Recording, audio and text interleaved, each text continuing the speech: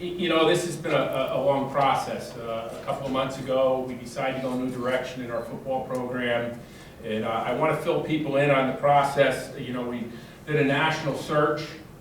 We had over 125 applicants.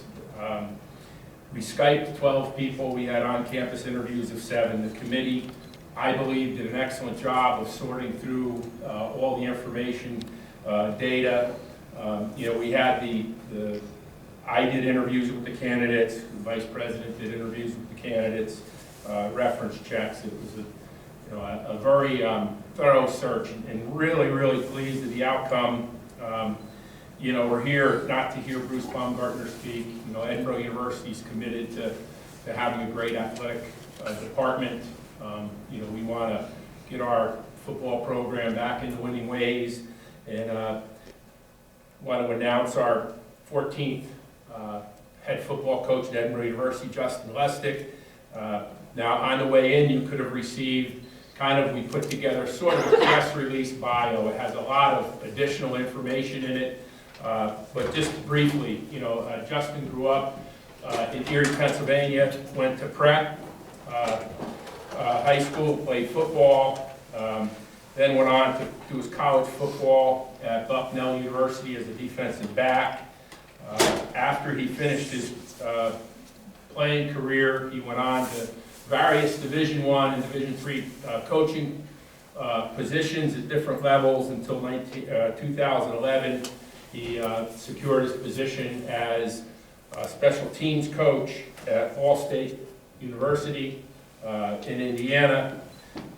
In 2015, he was named the assistant head coach there. We were able to, very fortunate, I think, to have Justin as our, Coach Lustig as our next head coach at Edinboro University. And without any more ado, Justin, if you want to say a few words, and we can open it up.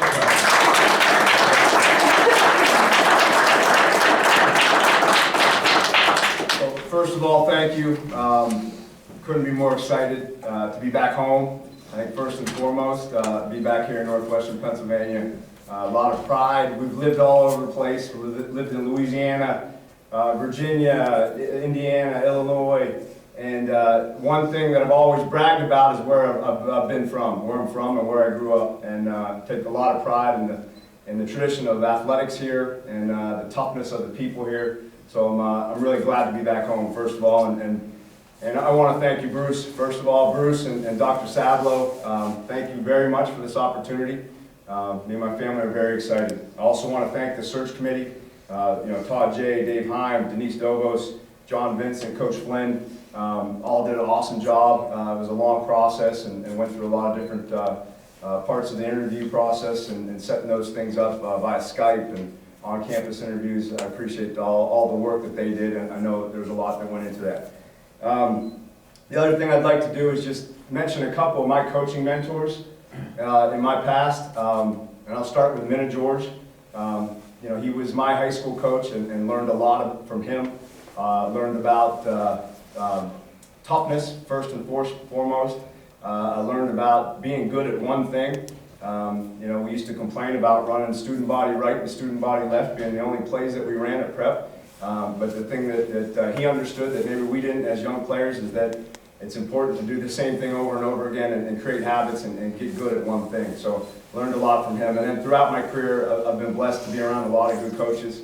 Coach Spoo at Eastern Illinois, Matt Kelchner gave me my first job at Christopher Newport. Coach Bustle at Louisiana Lafayette, Coach Talley at Villanova, and then most recently Coach Lembo at Ball State. And I feel like I've gained a lot of knowledge throughout those stops from a bunch of different men, but great men that have run their own programs. So I want to definitely thank those guys. The next thing I want to do is thank my family. It goes back to I want to mention the O'Neills, Reed O'Neill and Debbie O'Neill, and Coach Jan's back there. The first time my dad coached high school football for a long time at actually General McLean and Cathedral Prep, and his first coaching job was at General McLean, and I remember going as a little kid out to those practices and He also coached the JV team, and I remember going on the JV bus out to Corey and Harbor Creek and just thinking that was big time, riding those JV buses to those games. So it's interesting, you know, Reeves and Coach Gaughan got my dad his first job, and now we're sitting here back at Edinboro, and as the head coach at Edinboro, it's a little surreal, and we're real excited about it, and funny how life comes full circle. The other thing that you'll see here, as you can see through the first 3 rows over here to my left, is, and Coach Baumgartner, I don't know if you realize this, but you've hired a football coach, but it comes with a big posse here, a big clan. We feed you. Yeah. So you know, I'm real blessed to have a great family in my in-laws, first of all, as well as my immediate family, my parents and my wife Beth and son Sam and Henry. I'm excited that they're here. And the next thing I want to do is just talk a little bit about football and what that's going to bring to the table here and what we're expecting. The first thing I want to mention is this program under my leadership will be about the kids first and foremost. All right, it's going to be about them, and obviously it's going to be about competing and making them better athletically as best that we can.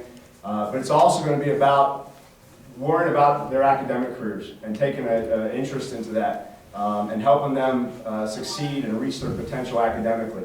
Also socially, I want to know what our guys want to do with their lives when they graduate. I want to know what they're doing outside of the practice field, outside of the dorms, outside of the classroom. We're going to be involved in that stuff. And I think that kind of relationship with the players builds obviously an amount of trust that is important in developing a winning program. When the players trust you and they trust that you actually care about them, they're gonna compete for you, and they're gonna trust what you're telling them on the field. So that's something that in my career, I'm fortunate enough to have developed a lot of relationships with a lot of players. When the news got out a little bit earlier, prematurely today, my phone blew up, and I've already gotten requests from some previous players that want to join our staff. So Beth and Sam and Henry can remember Horatio Banks that actually just graduated from Ball State, but he's a guy that came from the inner city Chicago, and really proud of him graduating from Ball State, and he already wants to move to Edinboro. So those types of relationships are going to be a hallmark of our program.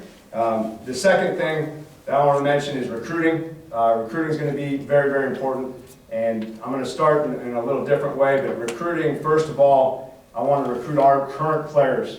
All right, I want to make sure that the guys that are currently on the roster know that we're excited about them, that we're going to care about them, and we want to make sure that we're moving in the right direction. I want them to be bought into what we're doing. So it's going to start by recruiting our players and our staff. And the next thing is recruiting the campus, recruiting people on campus to buy into what we're doing with Edinboro football and to feel a part of it. Our program is going to be transparent. I want people around as much as possible. I want them at practices. If they want to sit in meetings, if they want to come to weight sessions, I want as many people around as possible. I know I'll have some of the family around, but as much of the public we can get around, I think that's going to be a good thing for our program. The next thing is recruiting the community. Getting out in the community as much as we can, getting to local businesses, making sure that the community knows that Edinboro football is something they can be proud of. They're going to compete every week and compete for championships. So that's a little bit about the football program in a nutshell. You know, the last thing I want to do is just kind of reiterate a couple things. The first thing is I realize that this program, and you know, you'll hear this cliche a lot with football programs, but the football program, in my opinion, is the front porch of the university. A lot of times it's the one that's on the news, in the news, and unfortunately if guys are getting in trouble, that's also on the news. So that's important to me that we all understand that in our program, and understand that the type of program that we run, the type of program that we have is going to be representative of not only ourselves, but our university, our families, and this region. So that's really important to me. The last thing is I want to thank my wife, Beth, my son Sam, and Henry. They've been unbelievable supporters all along the way, and family's really, really important to me, obviously. And these players are gonna, my family's gonna know every player's name. We're gonna try to have those guys over to our house as much as possible. We got my mother-in-law, my mother close by now, so that they can help Beth cook meals if we want to have the whole team over. Usually we just had to have the running backs and specialists over. Now it's a little bit bigger group, but we got some extra support, so I think we'll be able to handle it. The last thing I'm just going to share with you guys, I got a little prop here I'm going to show you, and it's kind of a representative of the support my wife and kids have given me throughout my career. This picture here is that's Henry and that's Sam, and basically it's a little quote here, and then it's also, it says beat the Broncos. This was when we played Western Michigan a couple of years ago, go Cards, and then a little Bruce Lee inspirational quote. But what this is my wife has been doing this since Sam was born 10 years ago. Every Friday in my bag, I get a picture like this put in my bag. It kind of surprises me. It's a little inspirational quote and picture of my boys wishing us good luck. And she's been behind me the whole way and has been willing to make all these moves. And you know, I'm just fired up to be back home, and really appreciate everything Beth's done for me. So thank you.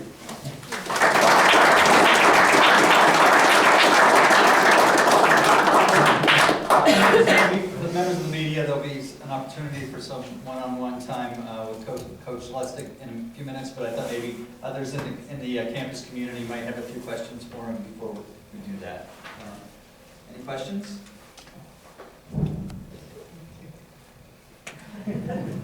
I'll throw. I know a lot of people usually ask about the X's and O's stuff. What kind of offense you're going to run, what kind of defense you're going to run. The thing I'll say about that, I'll throw that out there right away, is we're going to run a system that's going to benefit the talent of our players. So we're going to fit the system around the talent that we currently have on the roster. There are going to be certain things on offense and defense that I believe in, but we are going to adapt the offense and defense around the talent that we have. And then, you know, I'll be heavily involved in the special teams as well, since that's been a big part of my background. Yes, sir. Are you retaining any of the other coaches, or are you bringing in a new staff? Yeah, we've got to work through all that in the next couple of weeks, and I'm certainly I'm excited to sit down with the current staff and talk with them about their previous experience and you know, some of their strengths and weaknesses, and you know, so I don't have an exact answer for you on that, other than we're going to work through that in the next couple of weeks.